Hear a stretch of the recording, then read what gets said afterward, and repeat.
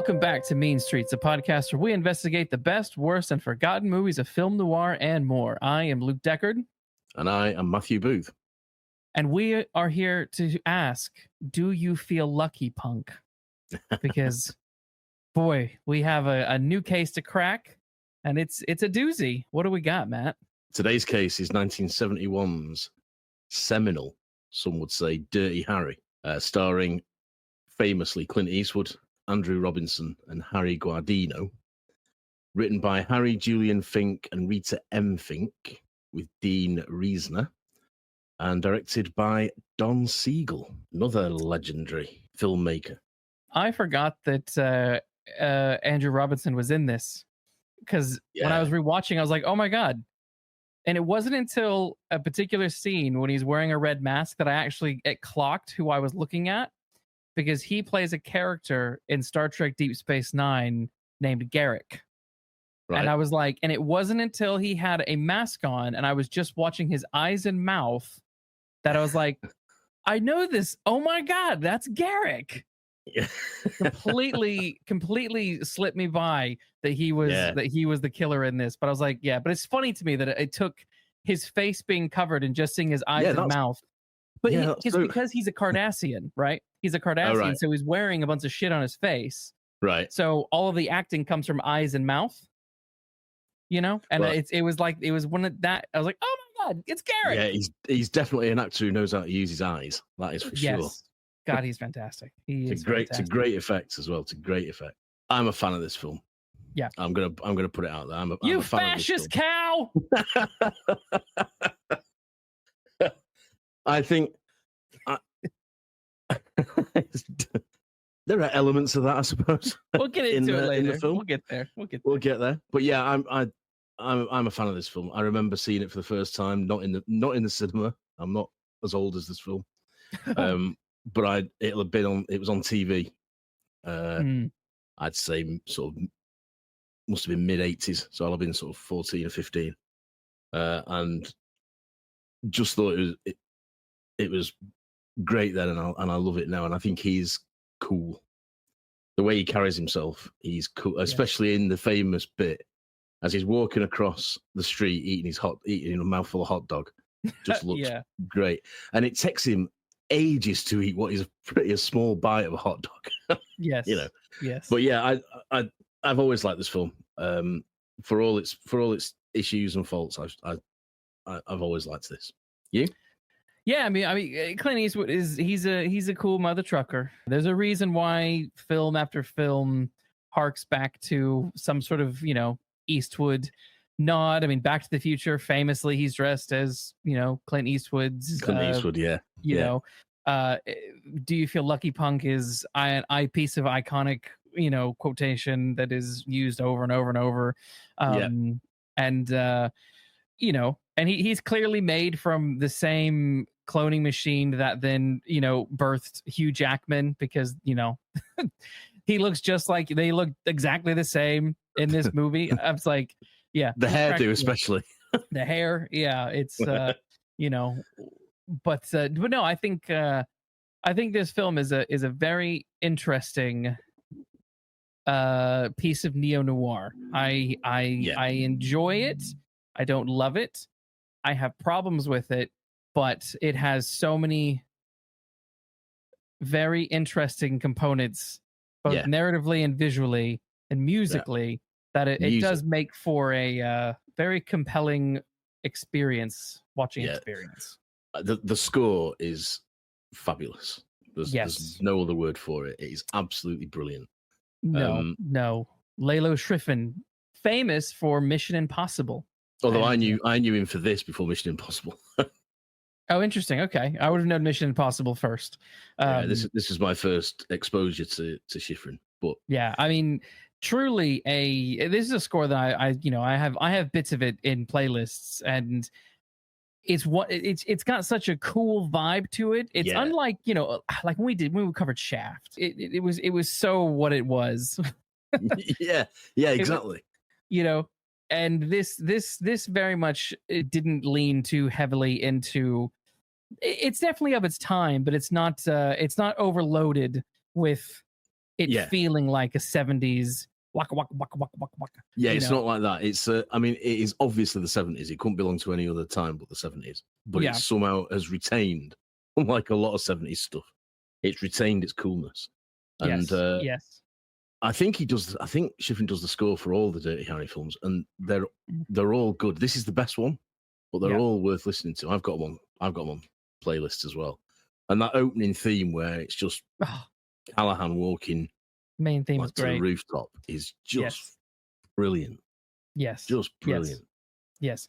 The music just gives everything a really good drive. And it's the other thing is, before we dive in, it's also used sparingly. There are numerous scenes where there is zero music, and they're just letting background noise fill the room, and I appreciate that. So because then when the music kicks in, it's exciting, and you're like, oh, cool. Because like that opening shot when he's walking around, there are some bits where there's nothing, and nowadays it would be it'd be definitely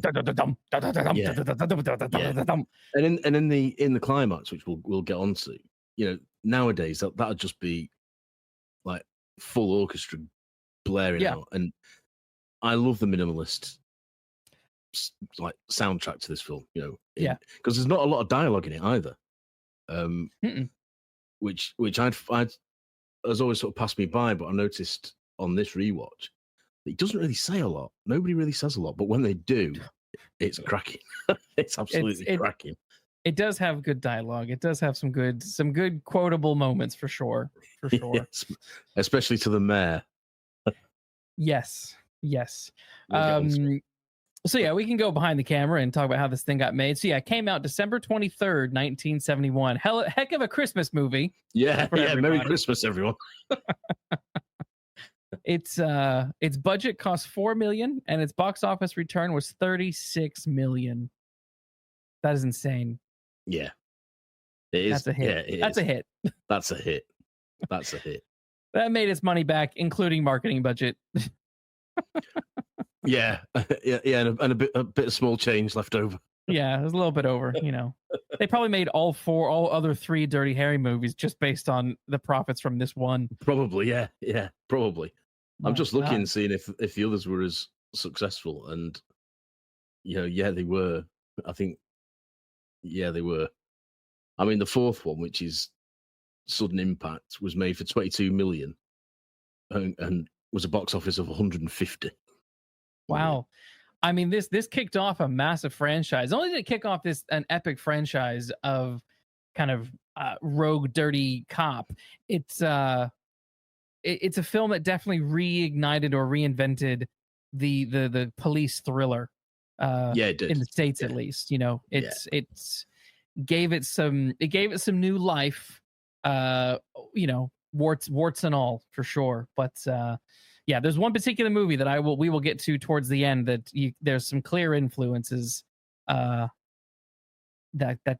can be seen. But director Don Siegel. So some of his highlights include Riot in Cell Block 11 from 1954, Invasion of the Body Snatchers from 56, The Killers from 64, and Coogan's Bluff from 1968, which was a film that helped Eastwood kind of establish himself into stardom after his spaghetti westerns. Really, yeah. A good director. I think he's a good director. What's your take on old Donny boy? Yeah, I like Don Siegel. I think he's very good. I think this is one of his best. But he's responsible for a few films that I've grown up with, if you like. Yeah. Coogan's Bluff being one of them, and Two Mules for Sister Sarah is a good film. But it's the grittiness in this that I like. I mean, Invasion of the Body Snatchers is an all-time favorite. Yeah. Although I can argue with myself daily about whether the remake is better. I think there's a rare occasion where the remake is better, and I think that might be one of them. But the original is absolutely, terrifying still. And I like the grit, the realism of this, the gritty realism of this. We were saying about Woman on the Run, about San Francisco being captured Yeah, San Francisco again. Yeah, and I think this does it as well. I mean, not quite as documentary style as Woman on the Run, but there's that beautiful shot where it's dawn. Dawn's breaking, and Harry's in silhouette, and he's overlooking the river, and you see the Golden Gate to the right of the shot, and it's just a beautiful mix of color and shadow and light, which is what we say noir's all about. I think that that's Eastwood was a big fan of Siegel as well. He was sort of a mentor to him, so the two work brilliantly together on this. And I think they make San Francisco a character in it. It's a cliche now to say that the location is a character, but I think it's true in this case. I agree. I was taken by a lot of the visuals of this film. That scene you mentioned of him up there looking out over the Golden Gate is fantastic. I did sort of laugh at myself because the scene that came to mind was the ending of 2018-19, the Transformers Bumblebee movie ends in that same location. It's like, hey, that's where Bumblebee ends. But no, it's true. I was thinking a little bit of Woman on the Run as well, because the opening scene, particularly when Harry is sort of, after the woman's been shot and he's at the top of the hotel and he goes down and is walking around the city and, going places, there is a sort of cool, gritty man on the street documentarian sort of vibe to it, because it's all handheld cam and it's a bit shaky and we're sort of following him up.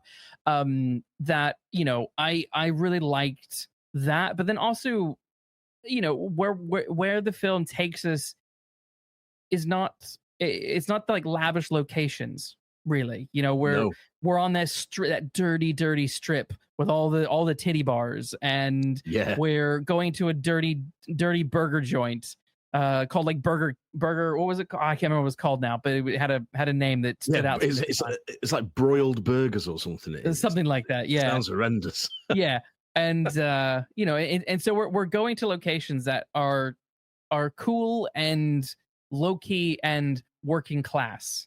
Yeah, Harry is of the working class, and that's that plays into themes and the wider discussion of this. But we'll get there. But no, I think the style of this is great, and I think it falls into a lot of the tropes that Siegel is famous for. He's good with tight stories. He likes his anti-hero protagonists. Anti-heroes, definitely. And that gritty realistic style. This doesn't feel, this doesn't feel manufactured. It doesn't feel like a glossy Hollywood movie. It feels like an indie flick. Yeah. It looks and feels like an indie flick, and I like the fact that Harry is very much part of the city, and just a simple example of that is we learn in a very economic way that he goes to that burger joint for a hot dog every day, Yes. And he is part of the furniture, and I think that is to the film's credit that it does that. It takes the time to show that, but it doesn't take too much time showing it and doesn't overdo it. Yes. And the fact that he can call in what he thinks is a suspected armed robbery on his lunch hour, but doesn't really want to get involved. I think, I get the impression that Harry likes his lunch hours, Yeah. But, And I love all those little touches. I love all those character touches. And the bloke, even the bloke serving the hot dog seems real to me, Yeah. He seems like he works there, like he owns the place, and he's like, oh, what a day, and all that business. It's great stuff, great character touches. I don't know. We'll get to the bank scene in a bit. We'll get to the bank scene. It's cool, but it goes a certain direction. I'm just sort of like, all right. But the writing of this film, this thing had a bunch of drafts. So Harry and R.M. Fink were the two original writers on the piece. It was originally titled Dead Right. Yeah. Don't know if I like that title. I don't know. It's nowhere near as memorable. It's nowhere near as memorable. Know if I understand that title. He's dead correct. Is that it? It's because he's Dirty Harry and he's dead right about everything. Yeah, what I read into it is that he thinks he's always, he always thinks he's right. Yeah. And he does what he thinks is dead right. I've always assumed that. Yeah. But it's nowhere near as good a title. No, I don't. Dirty Harry is much more like it at all. Memorable. It was originally set in New York City, and Callahan was still the main protagonist. He was going to catch a serial killer. It sounded like it was just a little less hard biting in some ways, because it was sort of that blurring of the lines between police and criminal, which does sort of happen here. Mm-hmm. But sort of, apparently like raised the question of how far a democratic society should go to protect itself. I mean, all that is sort of here. It is mostly, but I don't know. The New York edge makes me feel like it would be less. Would have been less sort of maybe complicated in certain areas, but I could be entirely wrong on this. But there were other writers. San Francisco is right. San Francisco is the right setting for it. It's the right setting for what they were going for, because they needed somewhere liberal to fulfill their agenda. Yeah. And I think we've seen New York be a rough, crime-ridden city many times. Politics aside, it's a refreshing change to have another city featured. Yeah. John Milius, who worked on The Life and Times of Judge Roy Beam and Apocalypse Now, also wrote a little bit on this film, and Terrance Malick, whose debut film Badland in 1973, which he wrote and directed and produced, also took a crack at the script. Milius maintains that his big contribution to the film is, quote, a lot of guns. Yeah, and he writes the sequel as well. He writes Magnum Force, and that also has got a lot of guns. Yes. So Warner Brothers purchased this script with the idea of the initial script written by the Finks, with the idea of wanting to cast Sinatra at the time, which is interesting. But we'll save that for just a little bit, but it sort of made sense because it made sense age-wise because Callahan was written to be someone in his 50s. Eastwood, he's 41 at the time. It's quite a very different sort of take. I can see someone in their 50s who's closer to retirement, who's extra jaded and things like that. Maybe falling more in line with Eastwood's state of mind. But there we are. WB wanted. There were two other directors that they had in mind. One was Sidney Pollack, who did They Shoot Horses, Don't They? Yeah. Which was a big hit at the time, big psychological drama. The other was Irvin Kershner of Empire Strikes Back and Never Say Never Again and RoboCop 2 fame. Yeah. What do we think of either of those? I'm not sure about Sidney Pollack, I have to say. I think Irvin Kershner might have done something quite interesting with it. Possibly, but I think he might have made it. I think it would have lacked much of the bite that the film has, and I don't think it would have been quite as uncompromising as it is. But at the same time, with RoboCop 2 is a pretty mean film. Well, it is, which is why I think he's the more interesting of the two. Obviously, RoboCop 2 was nowhere near coming out at this point in time. Even Empire Strikes Back hadn't come out, but no. This is well in front of both those. Yeah. But I mean, Sidney Pollack did 3 Days of the Condor a couple of years later, and that is a fabulous film. And so he could have done it. I'm sure, there's no doubt he could have done it. But I think we got the director we should have. There's no doubt about that in my mind. But I think Kershner would have been a fairly decent runner-up. Yeah, it would have been interesting. It would have been interesting. But alas, we got Don.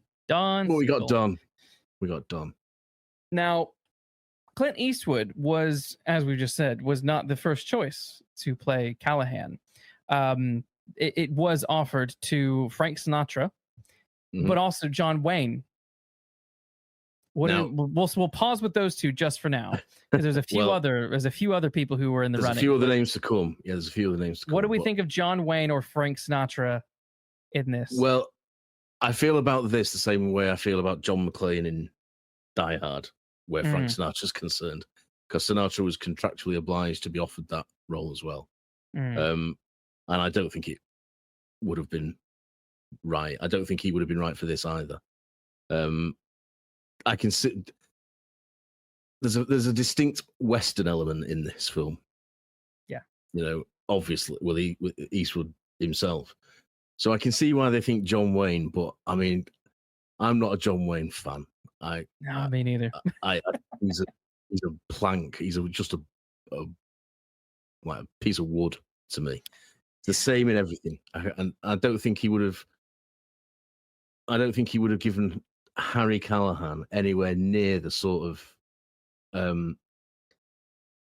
struggling for the word here, but likability isn't the word by any means. But that's coolness, yeah, and sort of you've got to follow Harry Callahan when Eastwood does it. I would be quite happy to turn off John Wayne, and I don't think either of those choices would have done it for me. And if we'd got either of those in a film called Dead Right, I wouldn't even be watching it. I don't think. So, what about you? I wouldn't have liked either one. I wouldn't have been. I don't think Sinatra's got that. It's not physical heft. It's the. I'm not convinced that I would buy Sinatra as a man who was happy to wade into almost any situation. That I'll tell you what. Here's an example. There is a film. The guy who plays Spider-Man, right? Tom Holland, the current Spider-Man, Tom Holland. Right. He was recently, I say recently, several years ago now, back in the year 2022, which seems like it should have been last year. Which is crazily not. He was in a film called Uncharted, and he was playing a sort of. I haven't seen the film, but from the trailers, he looks like he's playing a sort of Indiana Jones-esque character, guy on adventure, right? And I remember when this came out, and I just remember thinking, you look like a kid in his dad's clothes. Yeah. I cannot take you serious. I can take you almost seriously as Spider-Man because that's a kid. Right? Yeah. I can't take you seriously, even though I don't like his Spider-Man. I can't take him seriously as action adventure man, and he's also going to be in Christopher Nolan's The Odyssey, and I'm like, ugh, who the hell is he going to play in The Odyssey? Who? I don't know. It's out there somewhere, but I don't care to look it up. But the point is, like, he's such a small guy. Yeah. Baby face. that I just don't buy him in tough hero roles. And not that Frank Sinatra is small, but there's a cleanliness to Sinatra, a sort of squeakiness to him that I'm like, I don't buy you as hard-bitten noir tough guy. I can see you as like American James Bond. Yeah. I think this is what I mean. Someone suave and I can see that much more than I can see him as Dirty Harry, because that's what I meant when I said I can't see him wading into a situation exactly where he has no right to go, or no business interfering. And I don't buy the sort of. I think Harry's got like a sort of. He doesn't care whether he survives it or not. He doesn't care whether he lives or dies. So when he's rescuing the bloke who's going to jump off the roof. Does he care? He doesn't really care what the outcome of that is, and no.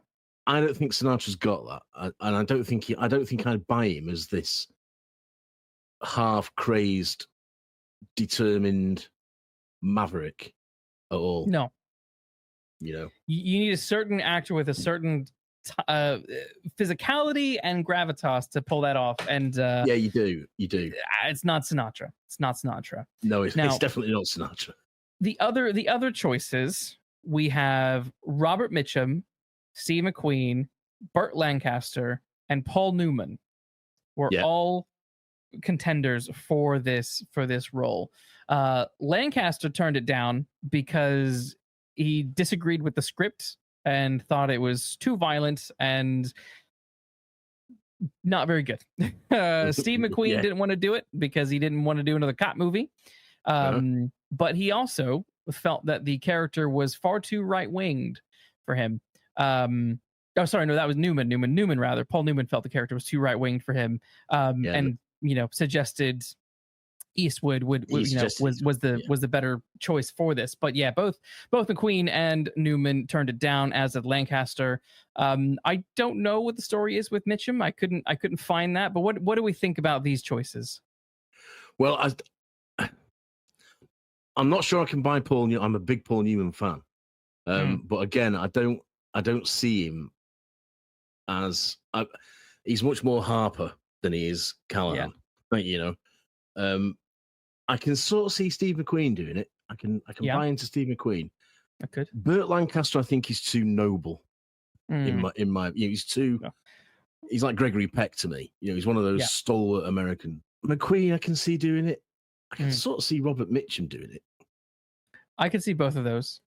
Yeah, this is just before or around the time of the Big Sleep. What year was the Big Sleep? The Big Sleep's 78. And the Farewell My Lovely was 75, isn't it? 75, yeah. So yeah. He'd look like that, and I can see that. I can see Mitchum doing it. And I'll tell you who else I could see doing it. Or what I think would be interesting is George C. Scott, who claims that he was also offered. He claims it, but who knows? Who knows? Yeah, I don't think it's verified, but I think he'd have been quite interesting. Well, it fell to Eastwood, which I think, as history has shown us, was probably the right choice, or at least a choice that worked in the franchise's favor for sure. As we mentioned earlier, there were a number of scripts going about, all of these people taking their cracks. It had kind of gotten out of hand and deviated quite far from what the Finks had initially written down. In 2008, Eastwood said in an interview that he said, "I'll do it," meaning he'll do the movie. But since they had initially talked to him, there had been so many rewrites because they initially approached him, I think, back in like 1969 about doing it. But his response was, "I'm only interested in the original script." So he had taken a look at all the different versions, and the original was the one that really stuck out to him the most. Don Siegel is even on record as saying talking about the rewrites, how they changed everything. He says they had Marine snipers coming in at the end, which just feels a bit like that's where we're getting into like big Hollywood movie. We've got our snipers coming in. Yeah. And he's quoted as saying, no, this is losing the point of the whole story, of a guy chasing down the killer. It's become an extravaganza, absolutely, and it's losing its character, which I agree. He's absolutely right. He's absolutely. It robs Harry of all agency if he's not the one that takes down Scorpio. Yes. If snipers have to come and save the day, the whole film's been a pointless exercise. Totally. And WB said, "Okay, fine, go do what you want. Off you go." Which, I mean, look, how often, do we cover these films where there's all this studio interference and stuff like that? And there are a number of times where, when it comes to the films that have been some of the most successful, it's the ones that have the least studio interference. Yeah, and they just let the people do the thing they want to do. well, yeah. Seven's another example of that, isn't it? Isn't it? Yes. Yes. So just leave them alone. Leave the creatives to do what they're good at. That's what I say. Yes, exactly. Then you count the money later, Mr. Studio Man. Exactly. Yes. Now, Andy Robinson was cast as the killer. There were other people up for this role as well. Back when Kirshner and Sinatra were attached to the project, the front runner for the role of the killer was James Caan. James Caan. What do we think about James Caan? I think that would have been fascinating. I think it would have been a totally different vibe. One of Scorpio's like terrifying qualities to me is that he looks so. He looks like a sort of altar boy gone wrong, He's a hippie. He's a classic hippie. He's a classic hippie, but he's got that sort of almost angelic face that's just gone nuts, Whereas Caan looks as if he's dangerous, Yeah. Yes. I think you could pass Scorpio in the street. You could pass Robinson in the street and not look twice. Yes. And I think that's all the more terrifying. Yeah. But I think that's not to belittle Khan. I think Khan would have done a fantastic job. It just would have been a different type of film. A version of this film effect. with Mitchum and Khan would have been pretty gritty. Pretty gritty. Extra gritty. Yeah, I wouldn't have minded seeing it though. No. But yeah, no. Andy Robinson got the role. This was actually based on Eastwood's recommendation. He had seen Robinson in a play and thought, "Hey, get this guy." He sort of had that unkept appearance that really worked, and again, kind of fulfilled that. This film with what they were doing with the killer, what they were trying to say. If they really were going for the terrifying hippie, right? And I mean, even I think it's like even in the 90s when I was growing up in the States, the Grateful Dead, which was as a band, they would always tour and they'd come around, and these hippies, these washed up hippies would descend upon my small hometown for a few days while this was going on, and everybody complained about the dirty hippies, and they were dangerous, and you stay away from them, and all this kind of stuff, and it really I grew up in Midwest America. I grew up in the area that this film is sort of leaning into a lot of the cult, sociopolitical fears that of that scene of the hippie, free love, liberal. This is 1971. Mind. Yeah, this is 1971, so it's in its sort of heyday. Yes, and it's at its peak, and the establishment hated it. It hated rock and roll, and it hated. This was the next thing that the establishment hated. So yes. It's a very definite statement, I think, to have your killer as a hippie who might also be gay. I think that's a subtext that's there to be found if you want it. And the establishment saying these things are uncontrollable. Yes, that's very definitely what this film is saying. Yeah. Yes. These things are dangerous, and we can't control them, and we need to put a lid on them as far as we can. Yeah, and it's fascinating. It is fascinating that what I think they're trying to get away with in this film. I mean, it's a very unkind film to a lot of components of American society at the time. It is. I'm not sure its commentary lands, but it's certainly interesting what the film thinks or feels about certain things. Obviously, the Scorpio Killer is a play on the Zodiac Killer. It's set in the same area as where the Zodiac Killer was operating in the 60s. His handwriting's the same. Yes. They aped on that. So again, in terms of political hot topic stuff, I mean, this is jumping on the bandwagon. I mean, the Zodiac Killer was killing people up until what was it, 1969? So this is just a couple of years later. So only a couple of years ago. Yeah, only a couple of years ago. It'll have been fresh in the audience's mind. That's for certain. Definitely, and the film was being written while this stuff was going on. Yeah. So it was able to sort of, hate to say it, but cash in on these sort of real life, atrocities that were happening, kind of at that point. And fears. Yeah. Yeah. Who was the Zodiac Killer? Who was the Zodiac? And he was indiscriminate, So yeah. Scorpio is a pretty good metaphor for him, whoever he was. Yes. And it would have been a very real fear in 1971 still, because, you don't know that these people have stopped. Yeah. Or they're just resting. Yeah. You have to hope they have, but that's definitely what the film is saying. How do you stop some of this mindless killing? What do you do? How do you fight it? Yeah. The Scorpio is very much a almost perfect capture of conservative fears, of conservative American fears. It really is. It really is. From everything to cities are dangerous, to hippies are dangerous, to whatever. It's the system doesn't protect you. It's fascinating. It's fascinating. Yeah. Here's a question for you. Where in the pantheon of noir, anti-heroes and heroes, where do you put someone like Dirty Harry Callahan? What? How high up the list, you mean? Or yeah, like where do you think he sits in terms of, you know, importance, relevance?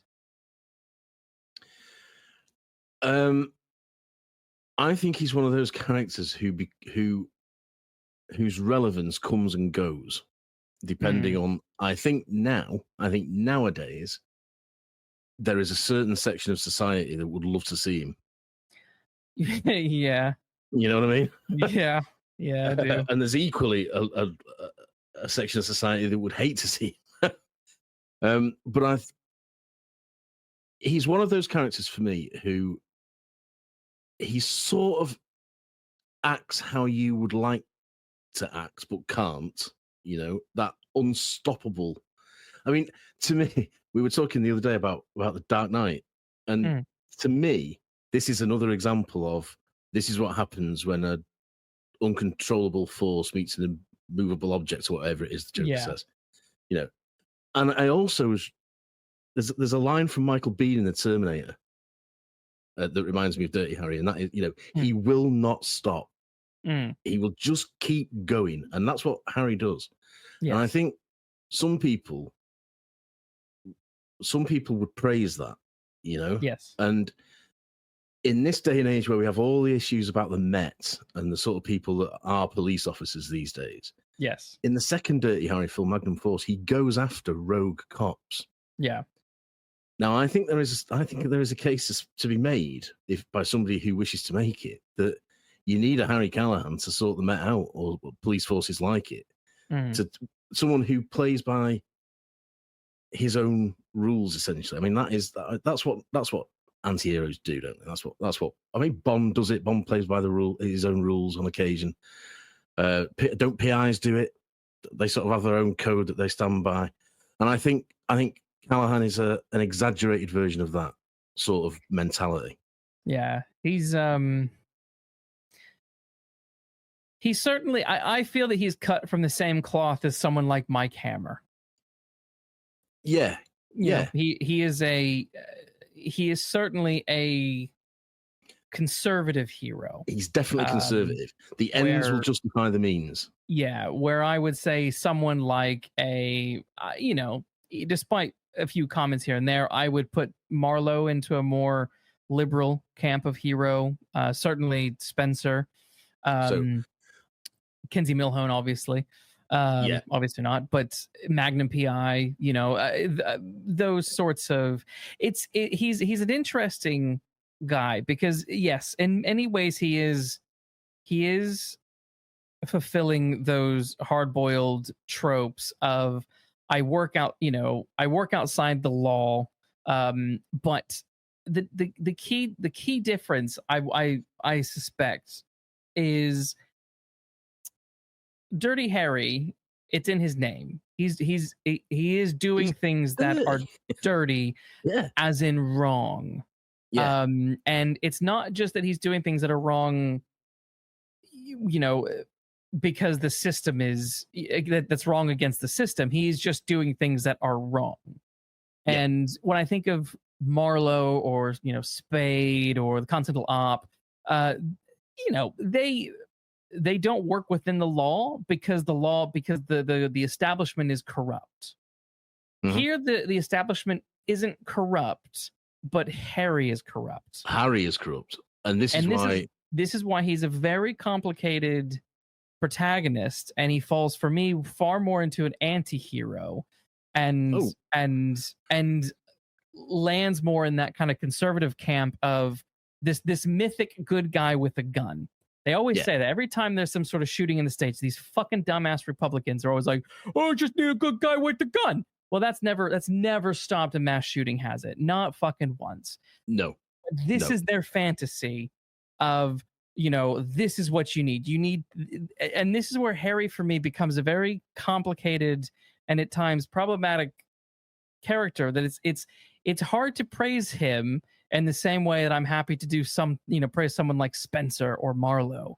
And that is quite down to the fact that he himself is corrupt where these other figures aren't corrupt. Yeah.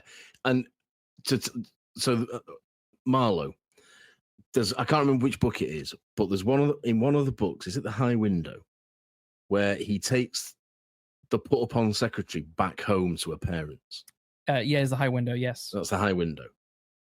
And she's really sort of a victim of this horrendous employer, and he takes her back home to her parents. There is no way Dirty Harry is taking anyone back to her parents. No. But in the same breath, he is absolutely willing to do whatever it takes, and for naught in the end, to get this kidnapped girl back alive. Yes. So I think Harry has, I'm not going to say his heart's in the right place because it isn't, but he knows what the right thing is. He knows what the right thing, the right outcome is, and that is save the girl, find the killer, whatever it might be. But how he goes about it is, as you say, a fantasy for certain types of people. Yes. And it is his indignation when the state then says to him, "We've got to let Scorpio go." Yes. For reasons we'll probably come on to. His indignation then is entirely misplaced, because I want to say to him, for once, I agree with the DA in this. Well, exactly. When he says who's going to speak for the girls' rights, and the DA says the DA's office, if you'll let us. Yeah. I'm like, yeah, that's right. Yeah. Yes. You're in the wrong gear, Harry. Yes. Yeah. Whilst I'm laughing along with you earlier on in the film when he says, the mayor says to him, "What have you been doing?" And he says, "Well, for the last hour, I've been sitting on my ass waiting for you." Yes. I laugh at that because that's a middle finger to authority. But later on, authority is right. The establishment is right, and Harry is wrong, dead wrong. And I like that. I have to say, I like the fact that he is wrong, and I like the fact that he is the character who, the film is unapologetic about it. I agree, kind of. I like that I think it makes him interesting and complex. I think you don't always have to agree with the hero. I think that's what I'm saying. I agree. I think the problem that I have with it is that Harry does the thing that is wrong. He sneaks into the stadium without a warrant. He tracks the guy down, shoots him in the leg, and then roughs out the information to find where the girl is. And then when they do, she's dead. I get that. And I get he's doing whatever he can to solve the case. But the problem is, at no point does he ever accept that he was wrong or admit that he was wrong, and that's the problem. That for me is the one of the biggest problems with Dirty Harry, and that is as a character. And now I'm saying this, there's two ways of looking at it. There is the way of looking at it like, well, he's just so set in his ways that is just how he what he believes, and that's as far as it's going to go. Or there's the other way that's like, well, maybe it would have been nice for him to have learned something, to admit something, to have a little shred of humility, and he doesn't, which makes him, it makes him less likable for at times. Like, you think about it, I mean, it's a stupid example, but think of a character like Deadpool. And he's a mercenary, he's murdering people, he's killing people for money, but at the same time he does things that show that he has a heart. Marlowe drives the girl home. There's things that he does that's like, okay, well, this is you aren't just a total blank wall of a human. I guess this is the other thing is when we first meet him, he's described as just he hates everything. Yeah. And that never changes. He doesn't care about the girl. He doesn't care about saving the girl. He just hates the criminal and hates the crime. That's right. Yeah, the girl is a catalyst. Yeah, the girl is a catalyst for him. Yeah, to go and get a criminal and bang up a criminal. Yes, that's what he lives for. And you're right. I mean, there's a famous quote from it where one of the other cops says, Harry hates everybody. And then lists a whole load of ethnic groups. Yeah, he's super racist. And jeez, man. And Harry says, albeit I think it's supposed to be with a twinkle in his eye, that he especially hates Mexicans. Yes. Yes. And his partner is Mexican. His partner is Chico. Mexican. Yes. But later on, when he's been shot and he's talking about resigning, Harry goes to sort of try to convince him not to.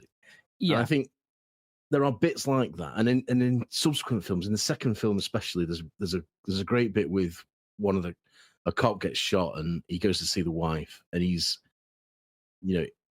not compassionate. That's definitely not the word, but he's willing to listen.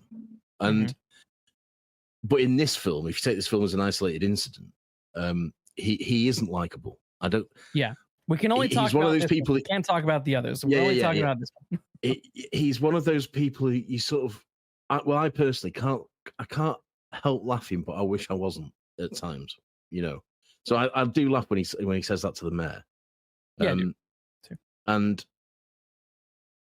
but it's very uncomfortable when he does things or says things that really are not funny or acceptable. Yeah. And he's the sort of person that you wouldn't like him. You wouldn't cross the road to meet him. And he probably wouldn't thank you if you started talking to him. No. And he's an unpleasant character. But I don't necessarily have a problem with that, because I find it quite interesting. I like it when there's an anti-hero, because we all love to hate people. Certain characters, and I think he's one of them. Yeah, I agree. It definitely has that complicated back and forth of I hate him, but at the same time, it can be interesting to watch and invest in unlikable people. I mean, the TV show Succession is a prime example of that. Yeah, not a single person in that show is likable, but I'm tuning in every week because, boy, this story is compelling. And you sort of love to hate them, and I do think that is where Harry falls into. So all this criticism that I'm lobbying towards Harry, it's not to say that this film isn't fun or a cracking watch, but it's like, but this is the kind of person that you're dealing with, and and sometimes you want your heroes to be heroic and not be borderline fascist racists. Well, but I think a lot of this is Milius. I think that a lot of this is his work. The idea that the cop and the killer are only separated by a badge, I think that is his idea and his thought. And you're right. Sometimes it's an uncomfortable watch, this, but it's never less than entertaining, I don't think. And it's just, there are some bits in it that I don't even think it's a question of it aging badly. I think it would have been offensive at the time, and purposely absolutely. So. Definitely. Purposely definitely. So, Definitely. So, well, and I don't think the film never asks you to like him. That's what I think. That's what I like about it. It never says to you, "This is you should root for this man." What it says to you is you should question whether or not you want to root for this man. Yes, but bear in mind what he's up against. How do you tackle that if you aren't like him? So it's asking questions of the audience. It's rather than saying, and I don't think we'd get that. I don't think we'd get this sort of, is it ambiguity or grey areas if it had been Frank Sinatra or if it had been Paul Newman, because Paul Newman is a hero. Yeah, Paul Newman is a hero, and to a certain extent, Frank Sinatra would have been too much of a good guy as well for me. Whereas Mitchum, You know, Yeah, I could believe Mitchum was a villain, you know, one step away from being the villain any day of the definitely. week. And I can with Eastwood. Yes. Well, let's go. This is a good point to jump into our Patreon questions. So a friend of the podcast and patron Garm 1981 wrote in to say that Pauline Kael infamously or famously called Dirty Harry a fascist movie, a sentiment shared by many critics, especially at the time when many on-screen criminals were being celebrated. He asks us, could you go into the film's politics a little bit, and do you agree? Is it fascist? And what did Don Siegel have to say about this? Before we jump into Don's comment, well, obviously, yes, we can go into a little bit, and I think we have been sporadically throughout this episode. But we'll start with the question of do we agree that it's fascist? I'll let you go first before I give my opinion. I'm not convinced. I don't think it's fascist. It's certainly right wing. There is no question of that. But whether it's fascist, I don't know. It's definitely conservative for the reasons we've said. You know, the fear of. Conservative America at the moment is fascist. Now, conservative America at the moment is fascist. And I'm sure we just lost about several listeners by me saying that, but I'm sorry. Well, truth hurts. It's hard to argue with it, let's face it. So I think in today's interpretation of fascism, yeah, probably. I think it probably is. But I question whether just because it's right wing automatically makes it so. But it's an interesting question. It's an interesting question. I do take issue with Pauline Kael because she was notoriously not an Eastwood fan. And I do wonder whether even critics are human beings and they have opinions that can cloud judgment sometimes. Yeah. So I suspect she didn't go into this with neutral thoughts. Let's put it that way. Probably not. So I do have a bit of what's it about that. But she's not alone. She's not alone. No, she's definitely not alone. And well, my mum agrees for a start. She can't bear Clint Eastwood. But I think it's more accurate to say it's conservative and right wing, and whether you equate that to fascist or not, will then determine the answer for you. So I would, I think the character of Harry, I do think he falls into, I would probably call the character of Harry Callahan, at least in this film, a fascist. I think he is a fascist. I think he's on the way. I don't think the people around him, I don't think Chico is, I don't think the captain is, I don't think the DA is, but I do think that he is.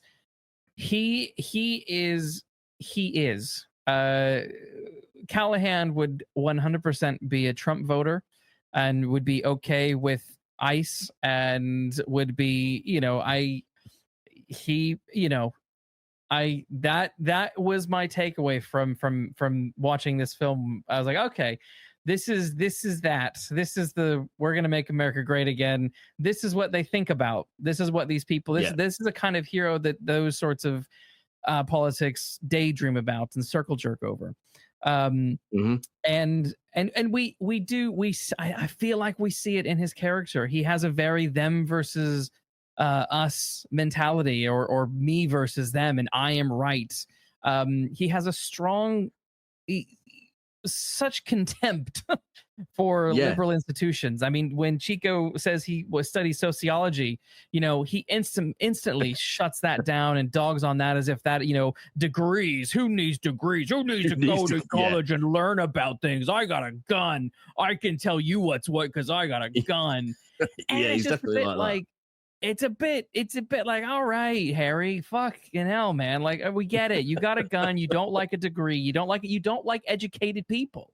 And that is, you want to control people. You don't want people to be smart. You want to be the ultimate authority. He's kind of a megalomaniac.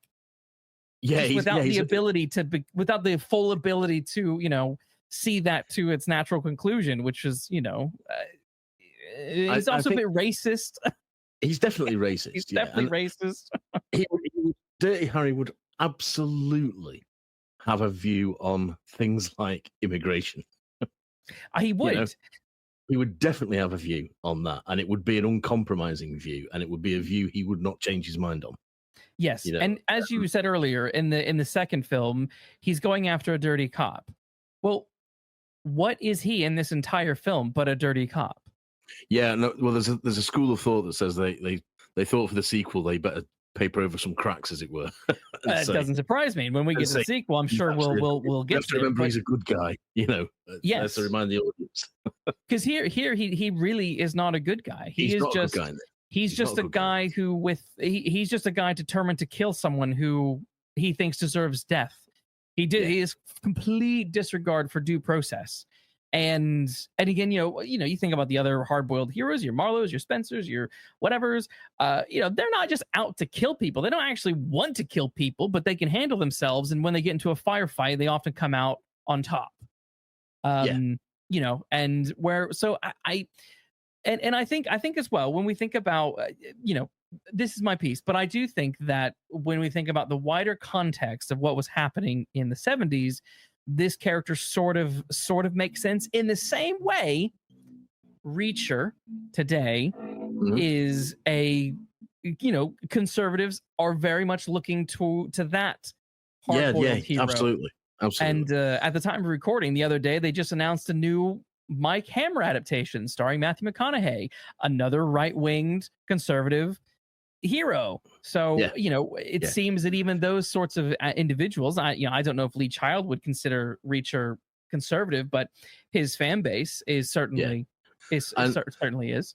And that's really what I meant when I said that Harry's relevance comes and goes, because I think now he's very relevant in the sense of, for the reasons you've said, that. But instead of resurrecting Dirty Harry, we've got Reacher.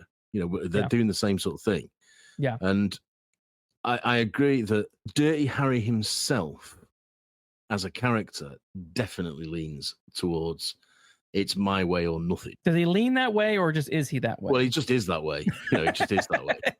And in a way, Dead Right hits the nail on the head as a title. In a way, I mean, it's not a very good one, but that is what he's. That is essentially Harry's psychology. I am right. Yes. And what I as say he's eating a bowl of nails for breakfast. yeah. and brushing his teeth with bullets and stuff. Yeah. Or with his. I mean, Harry is summed up by his own weapon, isn't he? Yes. It's the biggest gun in the city. That's a big one. yeah, absolutely. And that's all you need to know about men like that, isn't it? Yes.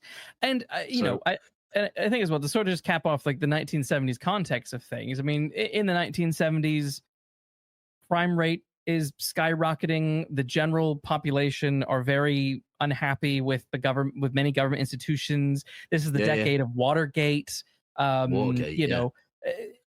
There's a lot of it's a very sort of, it's also a very, it's a turning point in society where we're in American society, at least, where you're moving away from community. It's a lot more focused on the individualism, far more than what had kind of been in the past. And I do think there's a reason this film was a hit, and there's a reason so when people turned to it. And I think it did tap into that level of anxiety and frustration. I mean, again, the Zodiac killer has just happened. The government, police failed to find him. There was no justice. This film is all about finding justice and getting justice done at no matter the cost. There were lots of thoughts of the judicial system isn't as strong as it should be. What do we do? And this sort of he is the strong man. That is what Dirty Harry is, and that's he is mythic. He's not a real person. He is. I mean, when I was watching this. When I was watching this, I was like, this guy's a cartoon character. Like he probably literally does eat bullets for breakfast, Yeah. As a character, he's interesting because he is very one-dimensional. And yet he has these sort of, he's able to raise these questions about, is what he does right? Is it justifiable rather than, because it's not, what he does isn't right by the rule of law. It's not right. Yeah. But is it ever justifiable? And if you were being attacked in an alleyway, do you want the bloke out of Midsummer Murders to come and rescue you? or do you want Dirty Harry? You know what I mean? Like, yeah. there's all those sort of things that come out of this very one-dimensional cowboy character, because essentially he is like the cowboy to me in this. You know, he walks into town, he shoots everybody, and thinks he's done a good job, and rides off. That's just exactly what Dirty Harry does. You know. Yes. But yeah, but I think, going back to what we said earlier, I think the film doesn't ask you to like him, but the film most definitely, I think, and this is where I think it's right wing. The film's right wing views might come in. It definitely wants you to dislike the hippie, and it definitely wants you to side against the hippie and against the bloke who doesn't dress conservatively and whose hair's too long and who, like I said, might be gay. And all the things that the right-wing establishment are frightened of.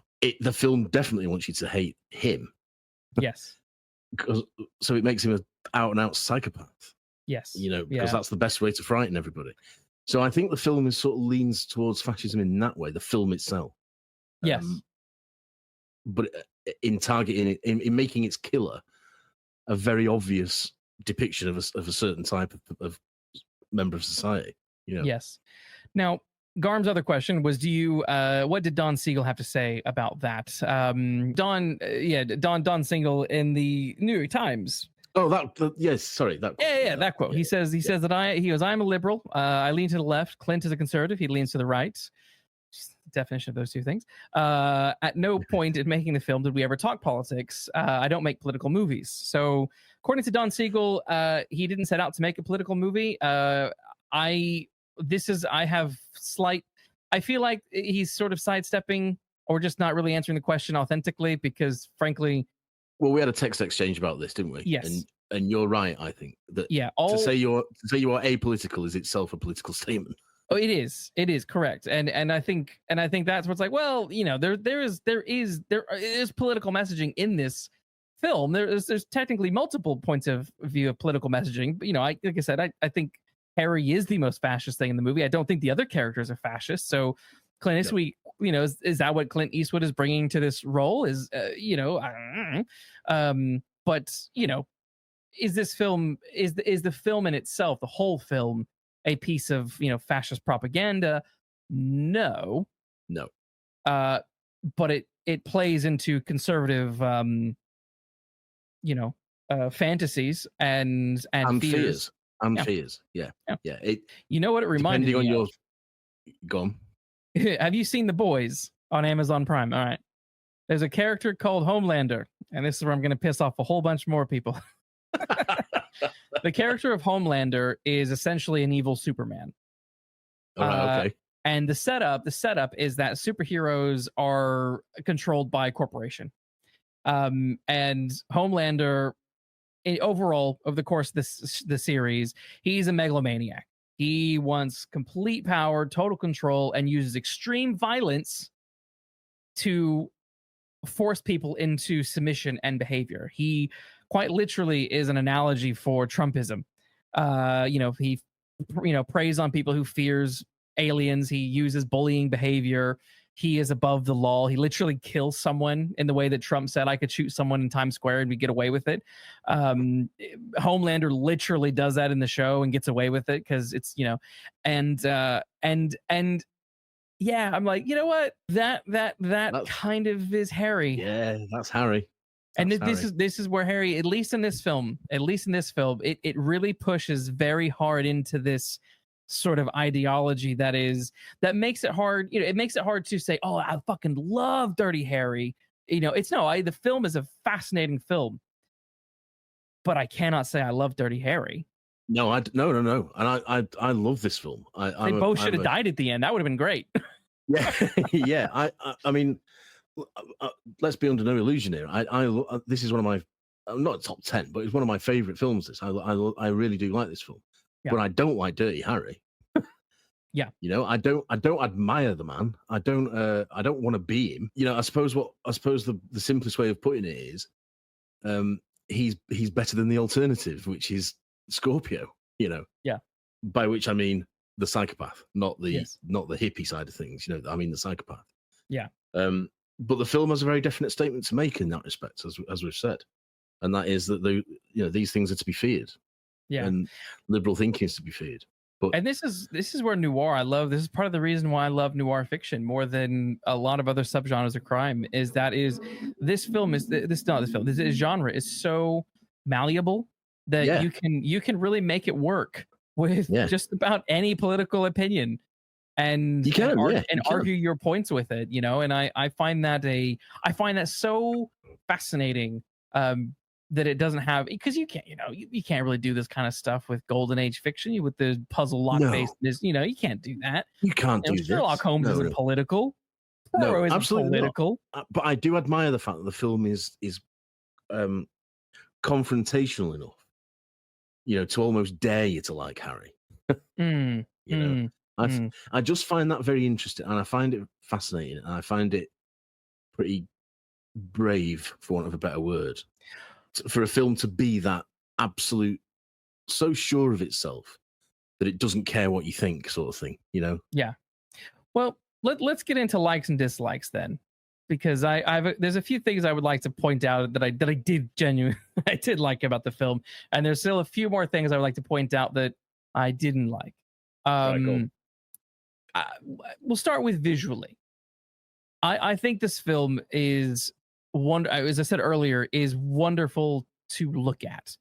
We talk about how it captures the city. I think that is it is shot really well, and I'm never bored looking at it. No.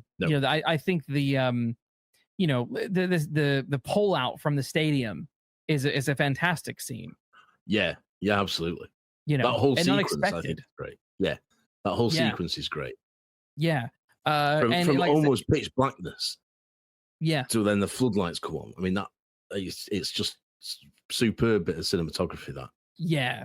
So I thought that was great. I love I love when he's walking around the city at the beginning and he's climbing up trying to find the vantage point of where the killer must have done it, and he's just so cool, and walking around so calmly, and we're getting all these cool views, interesting views of the city, and where they picked for the killer to be down, looking down at that pool, all that other buildings, just like all of that was just it just captures such an interesting view. And again, that strip where all the titty bars are, they use that strip a couple of times because it's such a vibrant, colorful but seedy at night strip that it captures it captures the imagination. The bit where they where they're trying to one scene, one visual I loved as well was when they are Chico and Dirty Harry are staking out the other rooftop where they think Scorpio will come back to, and they're underneath this neon sign, Jesus saves, and it just there's probably some sort of commentary to be made about that, because it's not Jesus that is saving anything in this moment.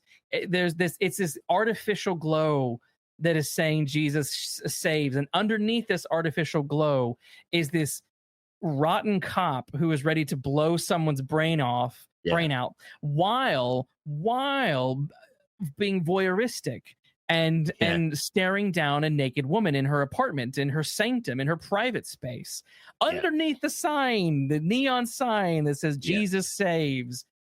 Visually, there is this film a load has of some killer stuff. It has some killer stuff, and there is a lot of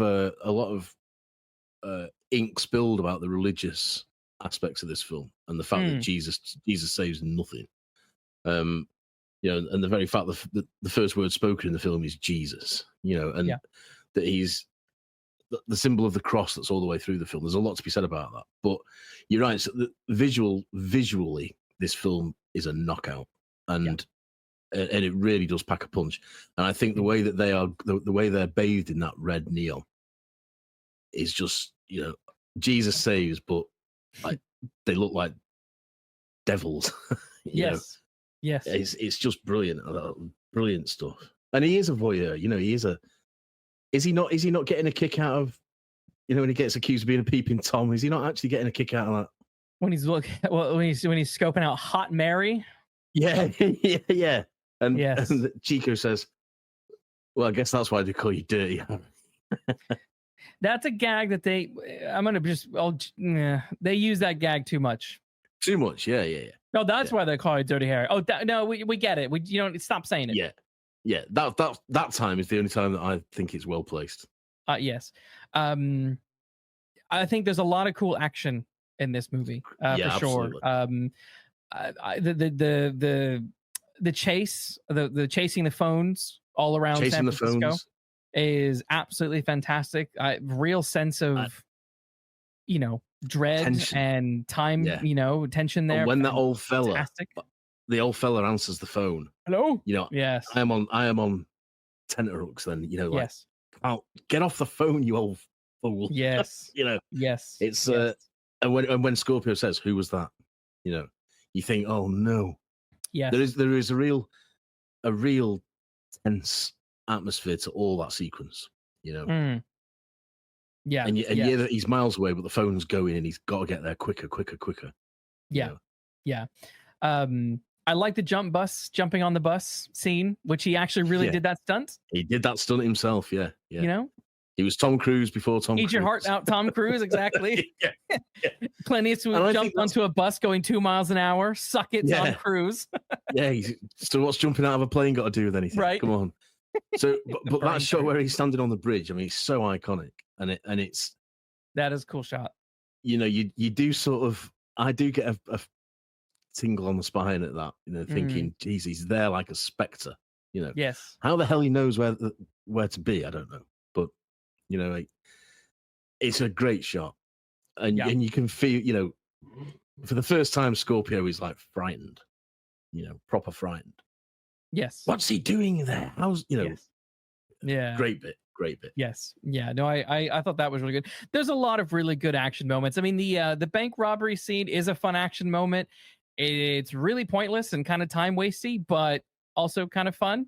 It's only to set up that speech. It's only to set up that speech. Yes. And it's utterly ridiculous. I mean, yes. The vision of him walking through like the fire hydrants have exploded or whatever it is. He's just walking casually through the with a gunshot wound that's not hurt him at all. He's more hurt when Scorpio gives him a kicking than being shot. Yes. But it is a stupid. It's a classic scene, but it's a silly scene. Yes, it's just a bit of fun. The original intention was that he puts the gun to his own head and fires it. And he fires it at the bloke on the floor. Yes. Originally, he was going to put it to his own head, and they thought that was a bit too much. A little bit. It's a little bit. I mean, that scene is a perfect moment of like, okay, you are just a total cartoon character. They're a cartoon, yeah. You are a Bugs Bunny style character now. You are not, I cannot take you seriously by any stretch. Yeah. And like, how often has he given that speech and nobody has bothered to at least call him out on it and go for the gun? How many criminals have sat and listened to that? Because it goes on for quite a while, really, if you think about it. It does. But I do I do like it when it's delivered in a totally different fashion in totally different circumstances. And the hatred that he has in his voice when he says it. Yeah. I think it's a good juxtaposition. Good payoff. No, I agree. I think those it kind of sums up the other things I sort of like about this movie. Do you have any other things you want to mention in the likes before we jump into a couple of dislikes? The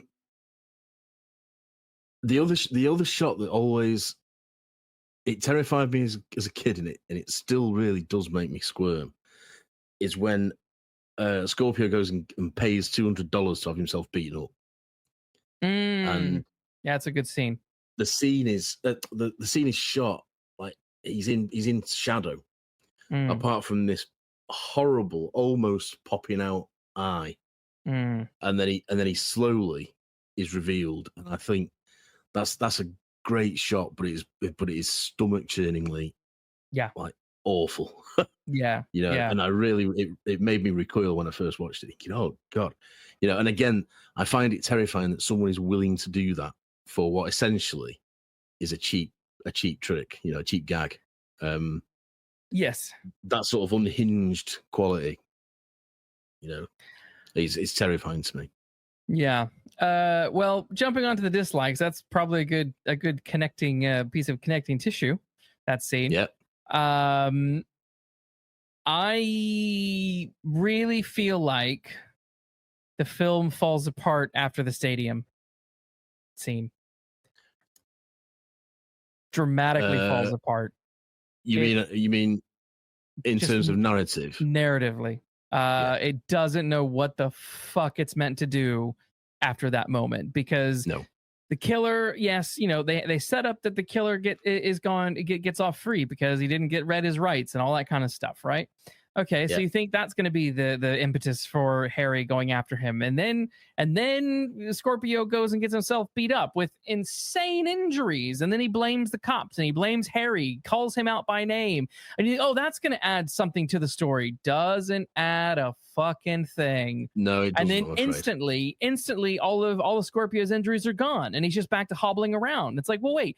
You were just beaten up. Like, where's your face injuries? But you're still hobbling around. Is your wound in your leg just everlasting now? Do you need a cane? Go get a goddamn cane, man. Yeah, this is one of the things I've often had trouble with, the time span. Yeah, because after he gets beaten up, after he pays to be beaten up, and it, like I say, it's one of my favorite, in inverted commas, shots. Yeah, from the film, because it's so authentic and horrendous. But and I do like the gag at the end where he says this one's for free and he gives him a real kick in the ribs. Yeah. But the next time you see him, he's all bandaged up, like just his eyes showing and his mouth showing. And then, like you say, he's got like a little bandage that's not even a patch on what Jake Gittis has. you know, so. And I think to myself, how long has passed for all that blood and guts to have healed?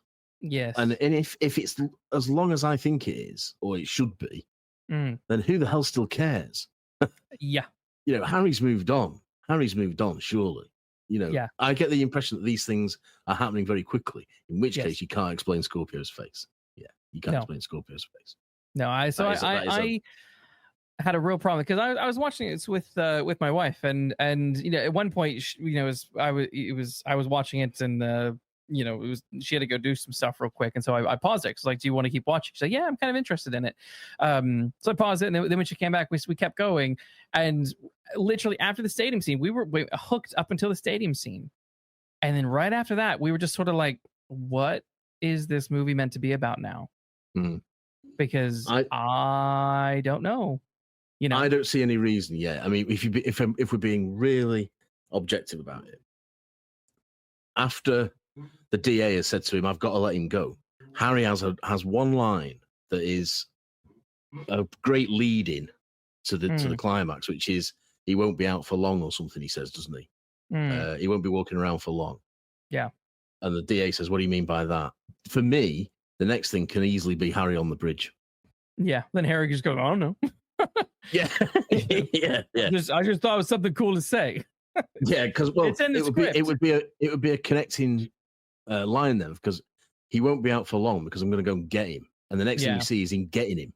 Yeah, that's what should happen. When the scene happened and he was captured, I thought, oh, okay, right. So this one was over with, and he saved the girl. Okay, no, girl's dead. Okay, all right, he's gonna get back out. Okay, we got one more quick little thing to go through, and then the film just sort of meanders around, and then I was like, okay. I probably just wouldn't have had the Scorpio killer get caught in the stadium. I would have had them almost catch him, and then he gets away, does the bus thing, and then they have their final confrontation, and then he shoots him, and it's fine, and then no one cares if he kills the guy, because he's doing it to save the kids. Yeah. You know what I mean? So it's like, all right, that could have worked a little bit better for me, rather than the whole like, I would have liked. I do like seeing the system beat Harry. I have to say, I like it, but it doesn't do anything to the story. It doesn't bring anything. It doesn't change anything. and doesn't impact Harry's life in any way, shape, or form. No, other than to, like you say, give him motivation to go out and get him. I don't think he's been waiting that long. I think the facial injuries are a mistake, or a loose end at least. Yeah. But so I think it's happened fairly swiftly, all of this, because it won't take long for a DA to say, we can't prosecute this fella. He's going to walk all over us. Yeah. They'd know straight away. So all that process is quite streamlined for me because it's just blatantly obvious. It's obvious to the viewer in the stadium. Yes. That when he's shouting, I have rights. And you're thinking, like it or not, Harry, he has got rights.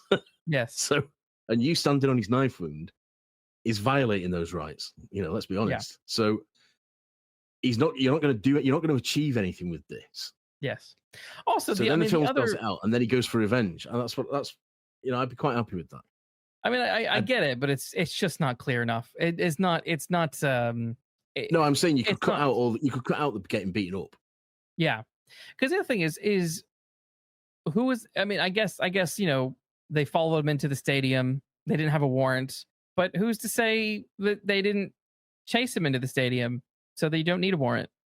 Yeah, exactly. This is the other part. I was like, okay, well, there's just two cops there, and how many times do we see cops do dirty stuff? He is called Dirty Harry.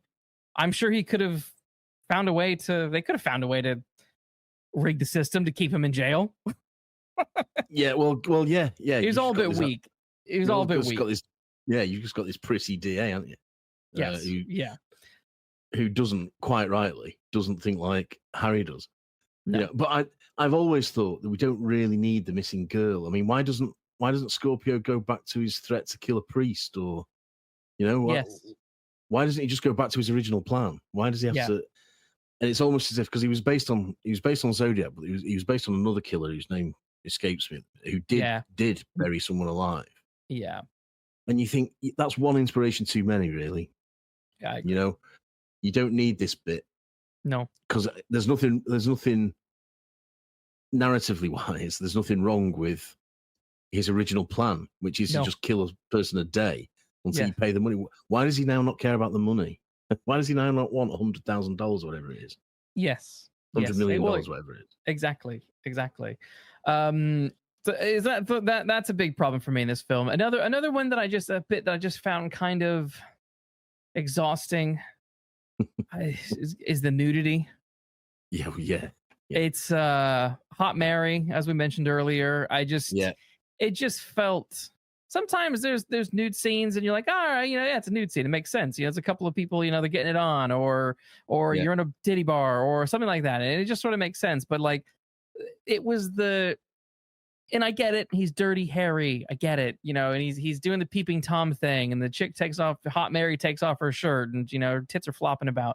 I get it. I get, and then he gets beat up for it, and blah blah blah. But it just felt like. It just felt sleazy, and it's complicated because I also know that the film is also intentionally trying to be sleazy. But we get that, then we get the girl in her house, and it just feels a bit. And even when we're in even when the killer goes to the titty bar, it's interesting. Dirty Harry doesn't go into the titty bar, does he? He's waiting outside. No, he's sitting at the bar. Is he in there? Okay, right. Okay, yeah. I've misremembered that.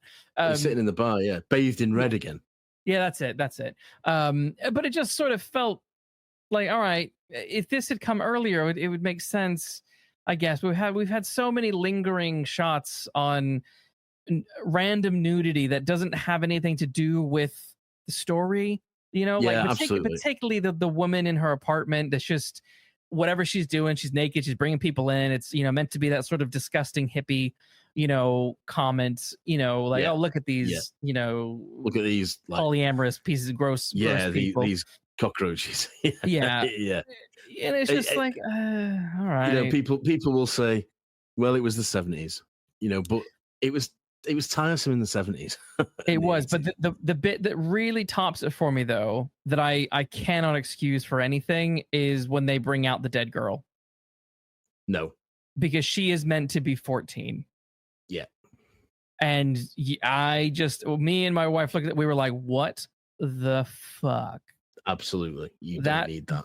That was just, in my opinion, wholly unacceptable and wholly inappropriate. And I'm not trying to be a prude here, but it's like, it's a child.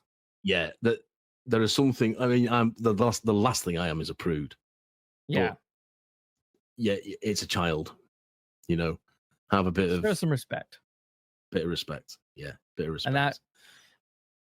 So therefore, this is kind of why after the stadium scene, almost immediately after the stadium scene, the film begins to lose me, because you get hit with the girl that they bring out, then the plot just sort of meanders, things really don't make any sense, and the real shame of all that is, as we've just said, from the stadium, even if you include the DA's office scene, or if you include that, you can cut all that out. You can cut him. You can cut Harry following him around. You can cut the getting beat up. You can cut the girl being kidnapped at all, and you can go straight to the school bus. You can. Whether you include the DA's office or not, you can go straight from the stadium to the bus. Yeah. And you don't lose anything. It is a flaw in the film, despite my love for it, it is a flaw in the film. Yes. Now, I do want to mention the impact of this movie on a film that we've already covered, and you probably know what I'm going to talk about now. But this film has strong influence, not just on, cop movies moving forward, but on one of our favorite neo-noirs that some people decided to consider not a neo-noir for reasons that were absolutely ridiculous. But Lethal Weapon. Yeah. You can't watch this movie having seen Lethal Weapon and not get that Riggs is so inspired by Dirty Harry. Absolutely. From his mane of hair to his loner aspect to the dead. They both share the dead wife, which, as an aside, the dead wife bit in Dirty Harry is so dumb and so pointless and does nothing. Why is it even in there? He doesn't need it. He doesn't need it. I like that Shane Black says, "Oh, these are cool ideas. I'm going to take them and make them better." And he does. And don't they both save a man from jumping off a roof? The jumper scene in her Dirty Harry is directly lifted by Black. That's documented. It's on record. It is a direct influence. I thought it was. You can't, and they're both like, well, they are both lethal weapons. They are both including the title. Including the title. Riggs is a sort of should have you registered as a lethal weapon. God, I love that movie. He's like a even more cartoonish version of Dirty Harry to me. He's a sort of he's Dirty Harry on speed or something. See, I'm the opposite. I buy Riggs as more believable than Harry. Despite Riggs, and I think it's just because Riggs actually has personality, and he has a character. Riggs arc. has more personality than Dirty Harry, and Riggs also has a journey, doesn't he? He does change throughout the course of the film. Yeah, and it is absolutely fair to say. Yeah, like Harry Riggs has that death wish that is on his sleeve. He wears on his sleeve. He wears it on his sleeve. Harry, I don't really know if Dirty Harry has a death wish. He's just so tough. He doesn't care if he dies. That's the point I was making before. He doesn't care if he falls off the fireman's ladder with that blow. He also doesn't care. This is where he's different to people like Marlowe and stuff. He also doesn't care whether he fails to catch that fellow when he lunges at him. Yeah. Yes. I don't think he cares if that bloke does go 30 stories down, to be quite honest. I think he'd just say, well, didn't work, and walk off, No, absolutely. Obviously, but you can't not see Harry in Riggs. There's no doubt about that. Even in the you even have a mixed race buddy cop pairing, Yeah, exactly. And Chico, at a stretch, you could argue a little tiny eensy weensy bit that for a portion of the film, Chico almost serves as a sort of consciousness to to Harry, who has no sort of none of that, and this guy's kind of balancing him out. Yeah, he's just sort of balancing him out a little bit in this film. Yeah, I'd agree with that. I'd agree with that. I think he is very superficial, but it's there. It's superficial, yeah. And I think, you know, the film could have done more to show that Chico has an effect on Harry. Yeah. You know, which maybe you could argue we see by the time that Chico is injured and he goes to see him and he talks to the wife. But again, it's not clear enough. Yeah. You know, I mean, well, it's very clear, superficial. But it could have been more. There could have been more depth to it. Yeah. Yeah. Definitely. Yeah. Yeah. Closing remarks. Do you have anything outstanding we need to mention about Dirty Harry before we wrap this puppy up? Only that, you know, just to repeat, I like this film. I think this is a great film. It's a troublesome film, and it's a troubling film, but it means to be and it wants to be. Yeah. And I'm all for films and books, any form about that isn't afraid to be what it is and admit what it is, and challenge you to think about what it is and to face what it is. I think that, you know, there has to be some sort of armor for that, really. It's a good film. It's an important film. It's a seminal film. And it did sort of like you said at the beginning, it reinvents the cop thriller and makes it something that you can still feel today. You can still feel in cop thrillers today. Yes. You know, Dirty Harry's shadow is longer than the barrel of his gun. Sort of thing, yes. You know? Yes. You can feel it in cop shows, cop dramas. You can feel it in fiction. I mean, I was going to say there were elements of this. I sort of thought, you can kind of feel a bit of influence of Dirty Harry on characters like John Rebus and the Ian Rankin's series. Yeah, definitely. I don't know if Ian's ever said that Dirty Harry had any influence, but there's an element there. Any professional cop character who somehow goes off on their own, is influenced by this, you know. So like people like Regan in the Sweeney and Rebus, you know, and anybody that to some extent takes the law into their own hands. Bosch, Harry's in there somewhere, you know. Harry's in there somewhere. Yeah, I think so. Well, should we rate Dirty Harry? Yeah. All right. Yeah. Well, as everyone knows, we rate all of our films out of 5 Falcons, 1 being the worst, 5 being the best. I'll go first on this one. It's a complicated film. I don't mind films that are challenging. And this is certainly a challenging film for all the things that we talked about. But it is somewhat of an important neo-noir, I think. I agree with that. And it is worth it is worth time and effort, even though it kind of the narrative falls off the rails in that last sort of 30 minutes. So I will give this a firm and or solid 4 Falcons. What about you? That's right off. I've said throughout this is one of my favorites. Loved it for 30 plus years. I do think it's challenging. I do think it's got issues. But I think it is an uncompromising, in a good way, film that delivers what it promises. And I think Scorpio is a terrifying antagonist. Yeah. But I also think Harry is a terrifying antagonist. But I admire that for the reasons, objectively I can admire a film that is prepared to do that. And for me, there was never any question in my mind. I came into this knowing what score I was going to give it, and I leave by giving it that score, and that is 4 Falcons. It's a solid 4 Falcons for me. There we go. It loses a Falcon for the things we've talked about. Mainly that extra layer of Scorpio's inspiration that you don't need, and the body, which I think is unforgivable. But it's a solid 4 for me, definitely.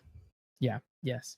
Well, I think that is Dirty Harry thoroughly investigated. We can pack this up and put it back in the drawer, eh? Yeah, I think so. All right. Well, there we go. We're done. We will be back next week with another case. Make sure to like and subscribe and leave us comments and all that kind of stuff. It helps us out.